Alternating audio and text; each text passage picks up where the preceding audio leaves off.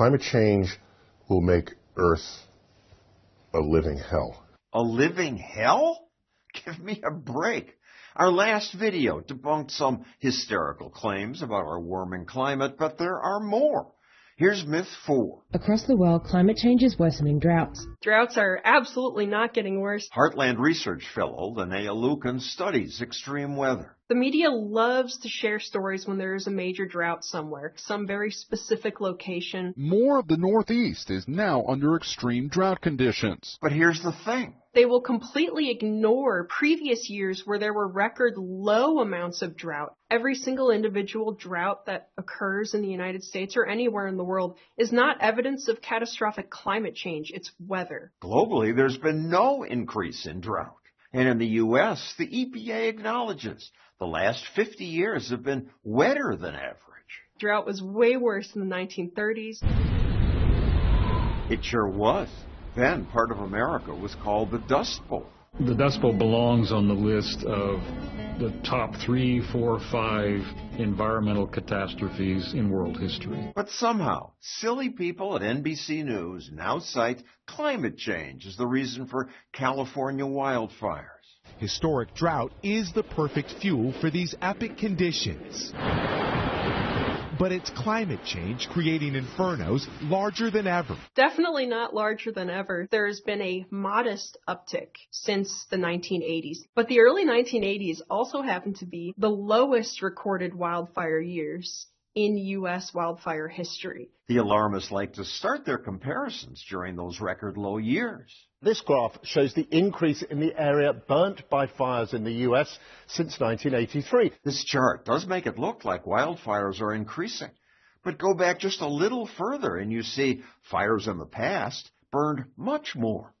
Still, it is warmer now, and that plays a part. 1 degree of change does not dry out all of the brush in California. The real driver of these issues is mostly going to come down to land management.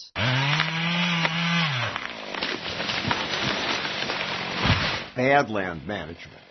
California restricts clear cutting, removing most trees in an area, and they don't let small fires burn. This is the overgrowth that's been accumulating in these forests for the past century because people have been putting out fires instead of letting them burn the way they naturally used to.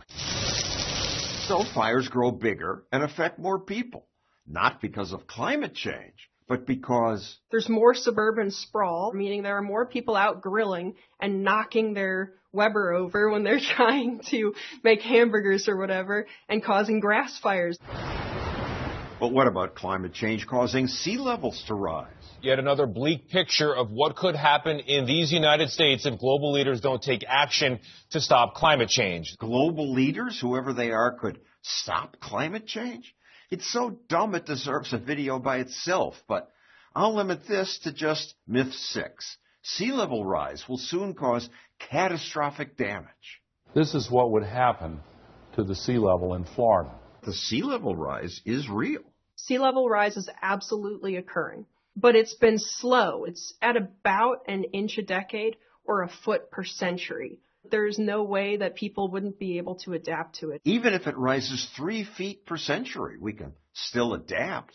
More than 100 million people already live below sea level because their countries did things like build dikes to hold water back. Holland did it years ago without the modern equipment we have now. Climate change may cause real problems, but we can adapt to them rather than get hysterical about myths.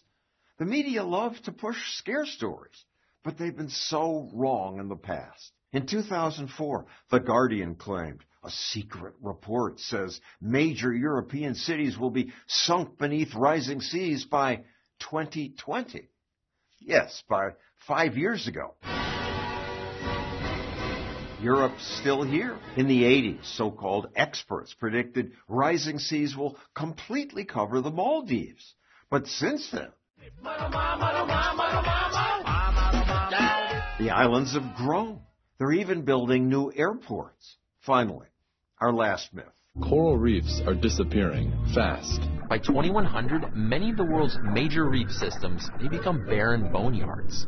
They actually cooked And that's because the temperatures this time around were so extreme. The Great Barrier Reef is dying. The Great Barrier Reef is doing fine. 2024 actually saw record coverage for the Great Barrier Reef. Not vanishing? Absolutely not. To the contrary, the Great Barrier Reef has seen expansion in recent years. Coral did decline for a while, and alarmist scare stories predicted this. But this is what's actually happened. It's not surprising at all. Corals thrive in tropical conditions. As I research this, I'm embarrassed for my profession. They just pump nonsense out. It drives me absolutely batty every time one of these claims is made, and all it takes is a quick Google search to pull up the publicly available data on any of these conditions. If the good news is so obvious, why would they keep reporting bad news? Good news doesn't grab headlines. It also doesn't gain research funding and grants. They're out of business if they don't find a problem. Oh, absolutely. It's taken me many years reporting to realize that the scientists who gave me the most impactful quotes that make for great TV were often less accurate. It wasn't that they lied on purpose. It's just that the more you study a problem, the closer you are to it, the more you worry about it. And of course, if it isn't a problem, you don't get attention. If you want people to pay attention, you better scare them. We don't have decades. We hardly have years. The era of global warming has ended. The era of global boiling has arrived. Global boiling? The world's doomed, I'm told. We're in the sixth mass extinction right now. I only wish someone could have warned us about this apart from every scientist for the last 50 years. Every scientist agrees. But here's the thing. They don't. Well, yes, they agree that the climate's warming. Climate changes. But scientists don't agree on the catastrophic claims activists and the media make. Icebergs are melting, the coral reefs are dying, and no one is helping. If we don't stop the sea level rising, millions of people will be in danger. In this video and the next, we'll look at 7 myths about climate change, starting with the great polar ice sheets, which are melting faster than many scientists had anticipated. If global warming continues at the present rate, then the Arctic could already be ice-free by the summer of 2030. That's myth 1. The Arctic will soon be ice-free. We don't have decades. We hardly have years. These glaciers are on the brink, some already past the point of no return. If the entire Greenland ice sheet was lost, sea levels would increase by 7 meters. That's 22 feet.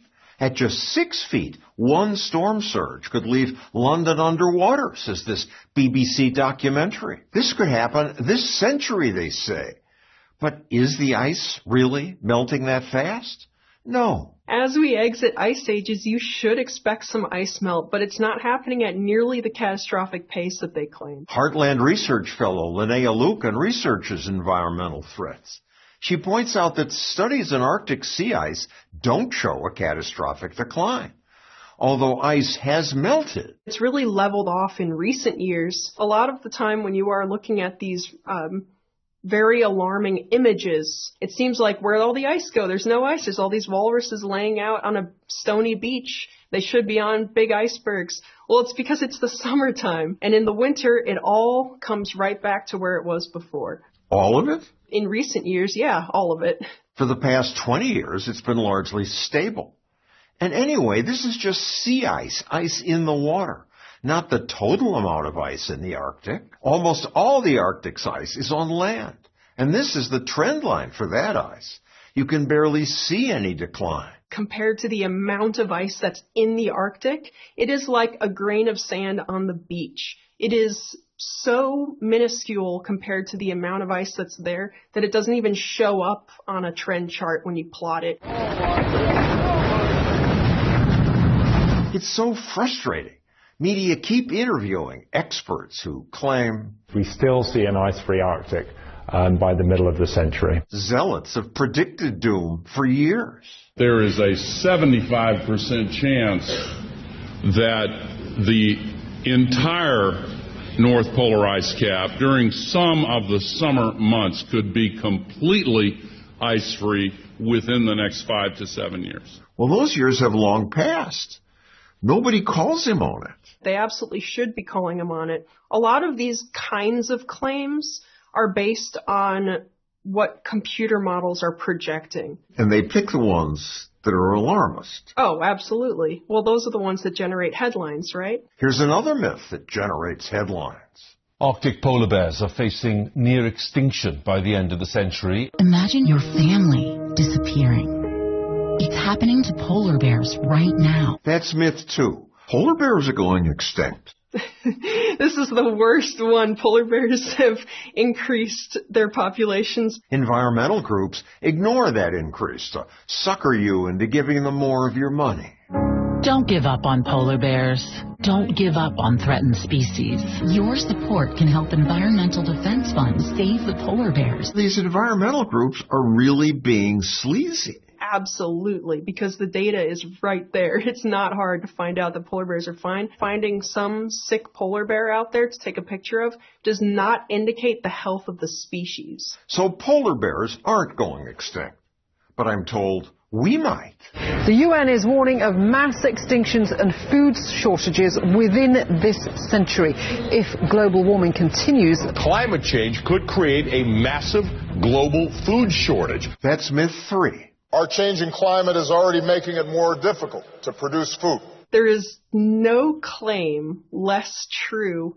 Agricultural output keeps setting record highs. Food production has skyrocketed, even amid the modest warming of the past 100+ years. Extra carbon dioxide is good for food production. Well, we inject CO2 into greenhouses for a reason. It's because it helps to fertilize plants for faster and better growth. And NASA data show that the Earth has significantly greened over the past couple of decades. And that NASA even attributes to increased carbon dioxide fertilization. As the climate has warmed, the world experienced the biggest drop in hunger and malnutrition ever. But climate activists don't tell people that. The United Nations says Madagascar is on the verge of experiencing the world's first climate crisis famine. Climate crisis famine? No. Madagascar's problems are mostly caused by bad governance, corruption, cronyism, not climate change.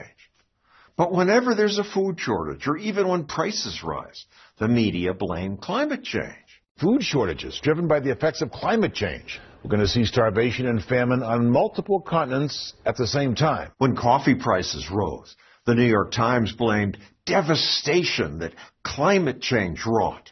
But since the 1990s, global coffee production has increased by 82%.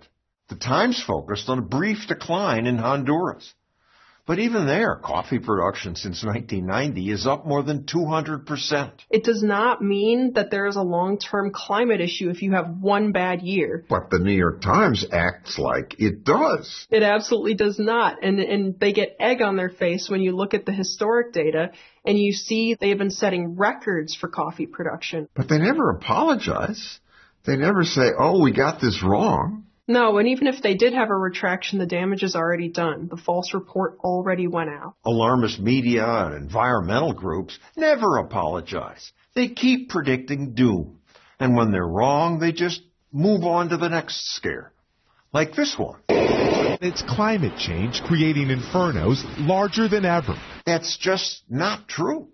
My next video will cover that and 3 more myths about our warming planet.